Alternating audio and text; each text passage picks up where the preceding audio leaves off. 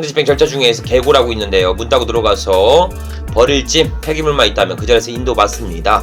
아니면 막 가정가구 거리가 그대로 짓기가 있다면 강제집행을 통해 동산 매각을 진행 후 점유를 이전받습니다. I know you told your friend you're not okay. You fade away. 반갑습니다. 안녕하세요. 반갑습니다.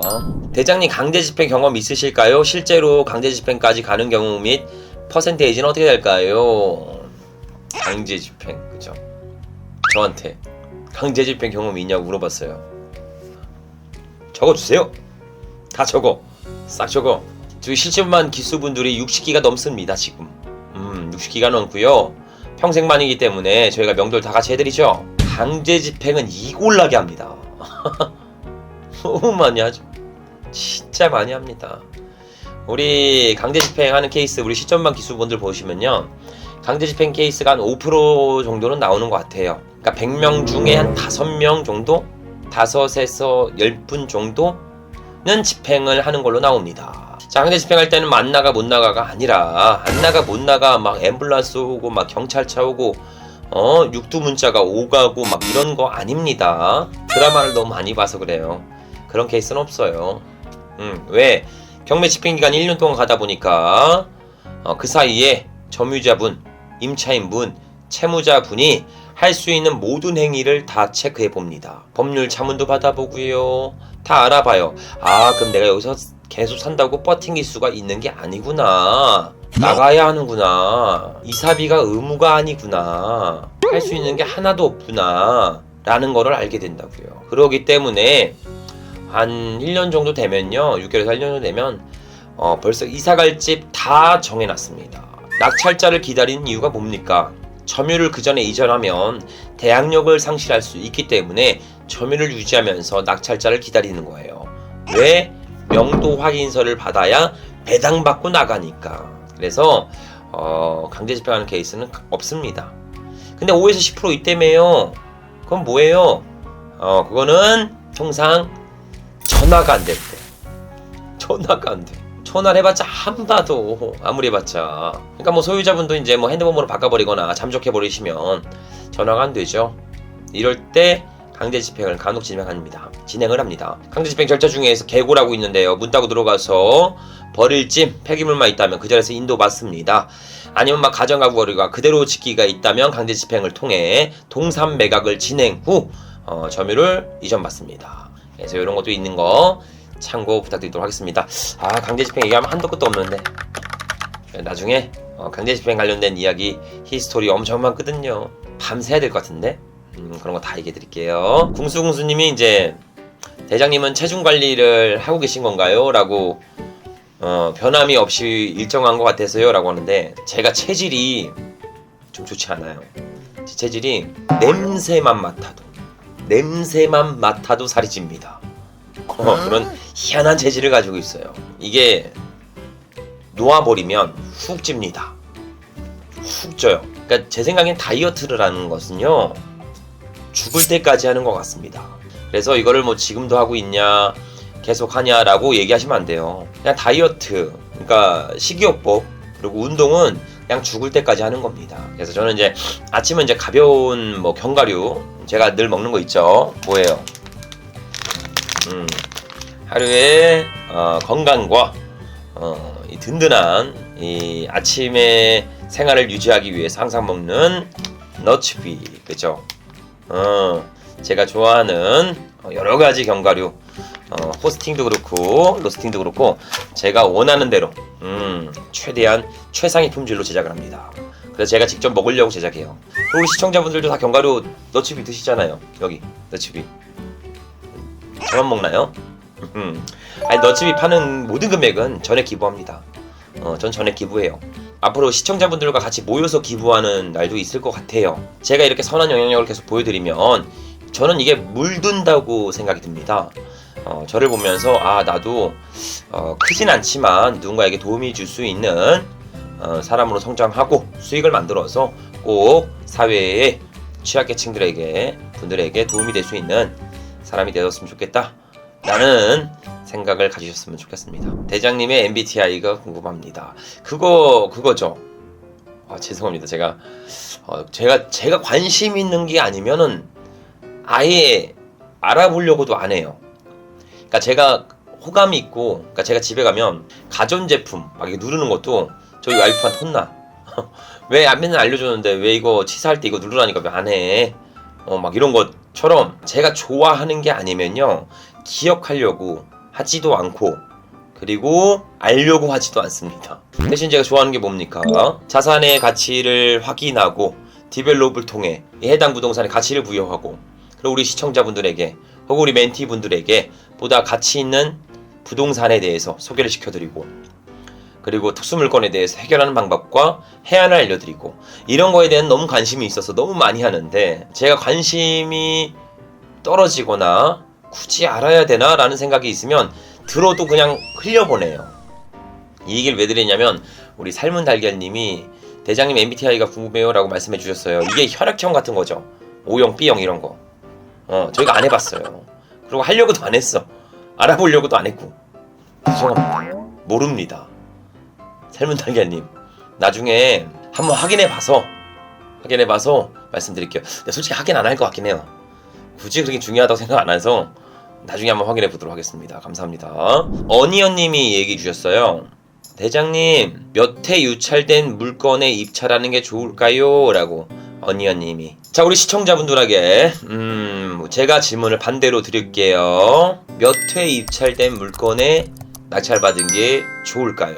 저는 아마 우리 시청자분들은 제 영상을 많이 봤기 때문에 정답을 이야기할 거라고 생각이 듭니다. 이거는 질문 자체가 잘못됐습니다. 자, 감정가가 시세라고 착각하는 질문이었습니다. 감정가는 시세입니까? 예를 들어 볼게요. 자, 경매 집행기간은 6개월에서 1년 갑니다. 강제 경매는 1년 이상 소송을 통해 지연되는 경우가 빈번하게 발생되죠. 예를 들어 1년 전에 1억이었던 아파트가 경매가 이제 시작되는 날짜는 1년 뒤겠죠. 그 사이에 GTX 개통, KTX 개통, 관공서 일자리 창출 등으로 인해서 이 아파트가 2억이 됐습니다. 근데 경매는 그냥 1억에 진행해요. 그러면 감정가에 입찰해야 합니다. 근데 내가 감정가를 시세라고 믿는 순간 감정가 때 눌러보지도 않습니다. 모든 분들이 그래요. 왜 안 눌러요? 시세대로 나왔잖아. 세일이 안 되었잖아요. 그죠? 그러니까 누르지 않습니다. 보지도 않고요. 근데 이게 사실상 감정가 때는 눌러보지 않아서 예를 들어서 1억 5천으로 유찰됐다고 쳐보죠. 그럼 사람들이 5천 싸졌으니까 다 눌러봅니다. 다. 예를 들어서 아까 전에 2억의 감정이 진행됐는데 1억 5천 떨어졌다고 할게요. 지금은 3억이 됐다고 쳐보죠. 근데 알고 보니까 이 아파트가 3억인 거야. 1억 5천을 딱 발견했는데 이 아파트가 3억인 거야. 그럼 낙찰가는 어떻게 됩니까? 2억 5천, 2억 8천을 기록합니다. 이게 뭐 하는 짓이에요? 이게 뭐 하는 짓입니까? 내가 감정가 때부터 봤으면 2억 100, 200만 원에 단독으로 받아갈 수도 있었어요. 근데 한번 떨어뜨려갖고 2억 5천, 2억 8천을 기록합니다. 이런 경우가 허다합니다. 경매는요 감정가가 시세가 아닙니다. 유찰이 많이 됐다고 좋은 게 절대 아니에요. 유찰이 많이 됐다는 건 사람들이 많이 보고 버렸다는 거예요. 오히려 더 안 좋은 물건입니다. 유찰이 안 돼야 좋은 물건이에요. 그래서 감정가를 시세라고 판단하지 않으셨으면 좋겠습니다. 그래서 경매 물건은 감정가부터 봐야 합니다. 유찰되는 물건부터 보는 게 아니라 꼭 이 점 명심해 주셨으면 좋겠습니다. 김월성님이 지난주 강의 때 대장님이 여러 번 유찰된 건 쓰레기라고 하셨어요. 아유 그런 제가 문제 그렇게 강인한 말을 제가 했다고 그러세요. 하긴 했어요. 강의 때는 저희 시점반 강의생분들한테는 조금 필터링 제거하고 얘기합니다. 라이브 방송은 이제 공개적인 방송이다 보니까 필터링을 좀 하면서 얘기하죠. 제가 막 강의 때는 막 그런 건 쓰레기예요 막 하면서 막 제가 죄송합니다. 대장님 자영업자로 있는데요. 지금 살고 있는 아파트가 전세 3억 정도 주고 그 돈으로 경매 투자해도 무리가 없을까요? 요즘 너무 고민이네요. 그러니까 우리 궁수님이 말씀 주시는 게 이겁니다. 난 지금 자영업을 하고 있다. 그리고 아파트도 한 채 가지고 있다. 근데 내가 이 아파트를 살고 있는데 내가 뭐 월세로 나와서 혹은 전세 작은 걸로 이사하고 내 집을 한 3억 정도의 전세를 주고 남은 돈으로 투자를 해도 되겠냐? 이게 너무 고민이다 라고 이야기를 주신 겁니다. 이 질문에는 시작부터가 잘못됐어요. 종잣돈을 모으고 투자하는 게 아닙니다. 가치가 뛰어난 물건을 먼저 찾아놓고 예산은 편성하는 겁니다. 즉 가치 있는 부동산을 찾아낼 수 있는 해안을 먼저 기른 다음에 인디언의 시야를 만든 다음에 그때 고민하는 겁니다. 야, 이 물건 내가 지금 입찰했으면 모입찰 해봤는데 낙찰 됐네. 단기로 팔아도 이렇게 수익이 나오는데 야, 이거는 내가 진짜 낙찰을 받았어야 됐네. 그리고 또 봤는데 어떤 물건이야? 모입찰을 했는데 낙찰률이 50% 이상 들어가. 그리고 다 수익이 연결돼. 그럴 때는 더 이상 돈을 엉덩이에 깔고 앉아 있지 말고요, 운용하셔야 합니다. 근데 우리 궁수궁수님이 지금 얘기하시는 건 저는 그렇게 들리진 않았습니다. 내가 경매 물건을 보면서 즉시적인 수익이 나오는 물건을 볼 수 있고 해안이 있고 그런 물건들이 여러 가지가 지금 있고 그리고 그 물건을 가지고 바로 단기적인 차익도 마련할 수 있는 그런 실력을 갖추고 있다. 벌써 그런 실력을 쌓아놨다. 경매 근육을 만들었다. 그러니 지금 당장 내 집을 전세로 구성해서 그 돈을 투자해도 괜찮을까요? 이렇게 물어본 건 아니라고 봅니다.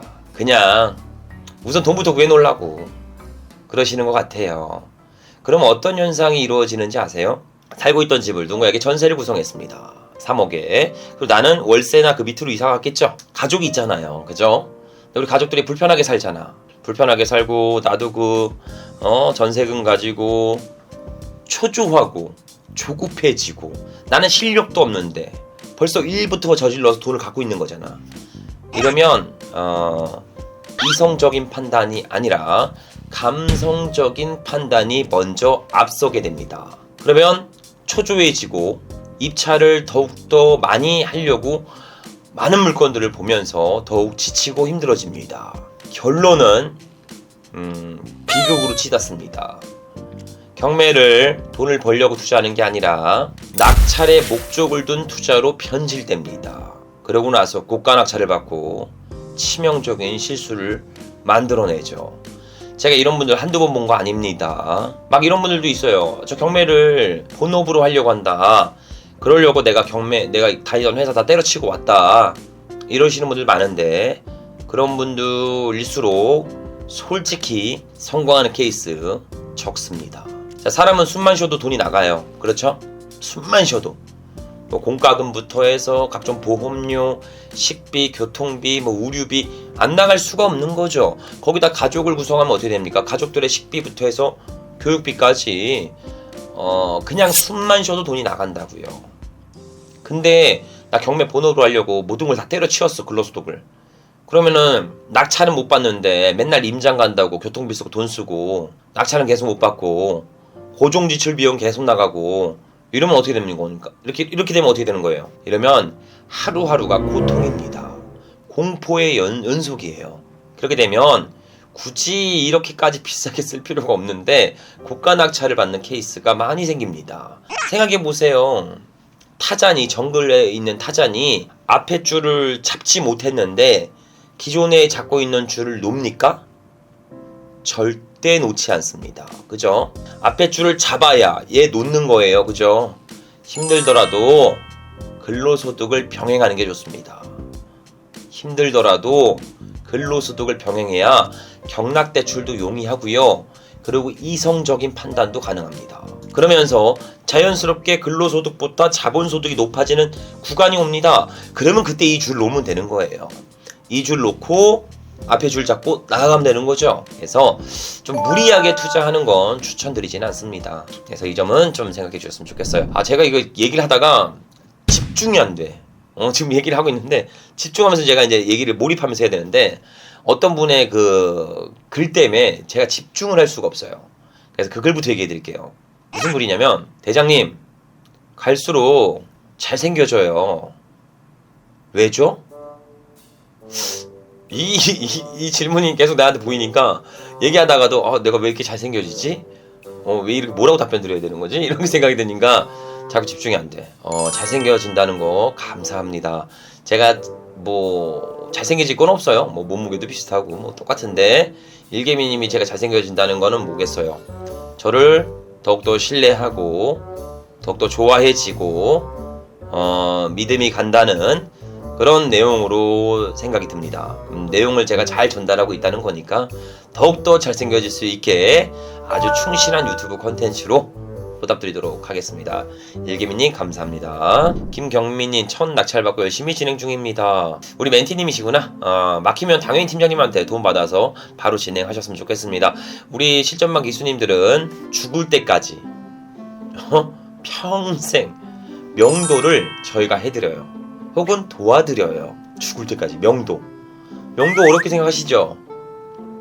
명도를 어디서는 뭐 한 건에 뭐 50만원, 뭐 100만원, 많게는 300만원까지 받는 컨설팅 회사들도 있더라고요. 저는 밥 먹고 하는 게 명도죠. 우리 기수분들, 아유, 저 이거 명도 두려워요, 무서워요, 이 사람이 막 뭐라고 해요, 욕해요, 전화했는데 5천 달래요, 3천 달래요, 나갈 때까지 강제 집행 어떻게 하는지 알고 질질 끌어주겠다, 점유유전 내가 하면서 너 피말려서 내가 어떻게든 해보겠다, 이렇게 전화를 받아요. 그런 분들 한 큐에 끝납니다. 한 큐에 웃어 넘기죠. 컨설팅 회사가 붙어도 웃어 넘기죠. 너무 쉬워, 너무 간단해. 그래서 우리 시점반 기수님들은 저희가 전부 어떤 물건이든 명도를 항상 도와드립니다. 그래서 경매를 아주 쉽게 진행할 수가 있겠죠. 이것도 장점이 될 수 있겠죠. 우리 뉴욕 루비님은 저희 시점반 기수님 같은데, 기수님이 이렇게 얘기하시죠.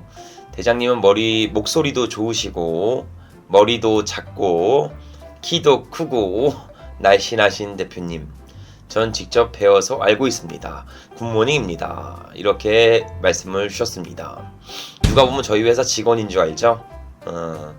저렇게 실제로 보면 저거 맞습니다. 좀 궁금하시면 저희가 정기적으로 특강을 진행하고 있으니까 특강 때 보고 말씀을 나누시죠. 우리 시청자분들 항상 저 실제로 만나면 뭐라고 하는지 아세요? 생각보다 머리가 작대요. 생각보다 뚱뚱하지 않다고 합니다. 생각보다 키가 크다고 합니다. 생각보다는 잘생겼다고 해요. 그럼 그 생각이 뭐예요? 대학역 포기 물건의 임차인 외에 다른 거주자가 살고 있고 이 거주자의 월세는 누가 받을까요? 이런 물건은 문제가 없을까요? 라고 말씀을 주신 겁니다. 한마디로 이런 거예요. 임차인이 살고 있고 2억에 살고 있다고 쳐볼게요. 2억에 살고 있는데 이 임차인이 보증보험을 가입했어요. 그리고 이 보증보험사가 경매를 붙여요. 근데 이 집에 대항력이 워낙 무겁다 보니까, 보증금 있는 임차인이 대항력이 워낙 무겁다 보니까 아무도 입찰을 안 해. 막 끝까지 떨어져. 보험사가 못 가져가는 거죠, 돈을. 벌써 이 임차인에게 돌려주고 임차인 나갔으니까 보험사만 돈 받아가면 되는 거잖아. 근데 이 보증공사가 하도 유찰이 되니까 나 그냥 우선 변제권만 주장하고 대항력은 포기할게. 낙찰자한테 미배당 보증금을 요청하지 않을게. 라고 포기한 물건이라고 하는 겁니다. 자, 이런 물건인데요. 이 대항력 있는 임차인은 나갔어요. 나갔어. 없어. 근데 다른 임차인이 이 집에 살고 있는 거야. 근데 이 임차인은 후순입니다. 그럼 이런 임차인은 문제가 없을까요? 라고 허정원님이 질문 주신 겁니다. 그 월세는 누가 받고 있으며 이런 물건은 문제가 없을까요? 대부분의 예는 이겁니다. 자, 임차인이 나갔죠. 보증공사에서 돈 받아 나갔죠. 공실이죠. 경매 나가고 있죠. 그러니까 이 소유자가 보증공사한테 키 받아서 그냥 깔세라고 하는 건데 맞춰놓은 겁니다. 깔세. 보증금 없이 매월 월세 비용만 내서 살고 계신 분들을 소유자가 돈을 받아서 살고 있겠죠. 아니면 컨설팅 회사에 의뢰해서 거기 우리 직원 보내놓겠다, 거기다 그냥 살게 해라. 그러면 나중에 이사비를 톡톡히 받을 수 있으니까 살게 해놔라. 뭐 이런 식으로 컨설팅을 받으시는 케이스도 간혹 있습니다. 결론적으로는 월세는 소유자가 받는 거고 문제는 전혀 없습니다. 그냥 강제 집행하면 됩니다. 계고 때 집행관이 들어가서 문 따고 계고장을 알립니다. 그때 웬만하면 다 나가요. 그래서 전혀 문제 안 된다 라고 생각해 주셨으면 좋겠습니다. 정은님, 실전반 얘기가 너무 많이 나오니까 실전반 내용 간단하게만 전달 드려볼게요. 자, 여기 대장TV 카페입니다. 전국 경매인들의 필수 지침서 대장TV 카페죠. 대장TV 카페를 가입하시면 내가 명도, 인테리어, 세금, 대출, 특수물건에 대해서 의문점 이런 것들을 무료로 답변해드립니다. 누가? 실전 경매 고수분들이, 우리 기수분들이랑 다양한 분들이 계속적인 무료 답변을 진행하고 있으니까 대장TV 카페에 가입을 하셨어요. 항상 보셨으면 좋겠어요. 여기 뭐 추천 물건도 해드려요. 유튜브에 나오지 않는 추천 물건도 해드리고요. 여러 가지의 문의사항들의 답변을 받아볼 수가 있습니다. 수많은 낙찰 후기, 입찰 후기, 임장 후기, 낙찰 후기, 명도 후기 다 받아볼 수 있습니다. 수많은 명도 후기, 그죠? 드디어 6호기 명도 완료, 그죠? 기나긴 시간 끝에 명도가 완료됐습니다. 강제경매 개구장 붙였어요. 이런 재미난 현장감 넘치는 이야기도 대장TV 카페에서 볼 수 있습니다. 무료로 볼 수 있습니다. 자, 제가 전체적으로 직감합니다. 저랑 얼굴 보면서 이야기 나누면서 경매계에서 하지 못했던 이야기들, 다른 이야기들, 가치 분석 용도를 다양하게 전달드릴 수가 있습니다. 자, 우리 실전반에 대한 혜택은 평생반입니다. 평생 운영하면서 권리 분석도 평생 무제한 해드리고요. 추천 물건도 맨날 해드리고 명도도 평생 공짜로 해드려. 공짜로. 그리고 추후에 신축할 때 PM도 봐드리고 시행도 도와드립니다. 이렇게 논스톱으로 할 수 있는 경매 학원들은 어디에도 없습니다. 오직 대장TV만 존재하죠. 그래서 평생만으로 저와 같이 한 배를 타고 같이 갈 수 있으니까요. 언제든지 편하게 상담 문의 주셨으면 좋겠습니다. 우리 너무 많아. 나중에 한번 보세요. 그리고 부동산 권리분석사 1급 자격증을 취득할 수가 있습니다. 오직 대장TV에서만 발행되는 권리분석사 자격증이고요. 현재 대학교 및 대학원에서 지금 취득하는 전문 자격증이고, 해당 자격증을 취득하게 되면 경매에 대한 실무, 권리분석, 가치를 증명하는 자격증이라고 보시면 됩니다. 우리 시점반 기수분들 한해서 자격증이 발급됩니다. 여기면 수많은 기수분들이 자격증을 받아서 경매 투자인으로 성장하고 강의를 하고 있고 컨설팅을 하고 있고 중개업을 하고 있고 실전 투자가로 활동하고 있습니다. 그래서 같이 봐주셨으면 좋겠습니다. 저희 회사의 위치는요, 서울 구로구입니다. 서울 구로구에 위치해 있고요. 그리고 서울 금천구 가산 디지털 1로에 위치해 있고요. 그리고 저희 전화번호는 여기다 전화 주시면 됩니다. 02853-5875. 예약제이기 때문에 사전 예약이 필수적으로 필요합니다. 그래서 언제든지 편하게 연락 주셔서 상담 받아보셨으면 좋겠습니다. 자, 우리 시청자분들과 이렇게 소통을 할 수 있는 일방향적인 유튜브가 아니라요, 우리 시청자분들과 소통하고 한 길을, 같은 곳을 바라보면서 같이 전진할 수 있는 그런 대장TV가 되도록 노력하도록 하겠습니다. 자, 오늘도 정말 즐거웠고요. 앞으로 더욱 소통하면서 같이 보도록 하겠습니다. 자, 즐거웠습니다. 감사합니다.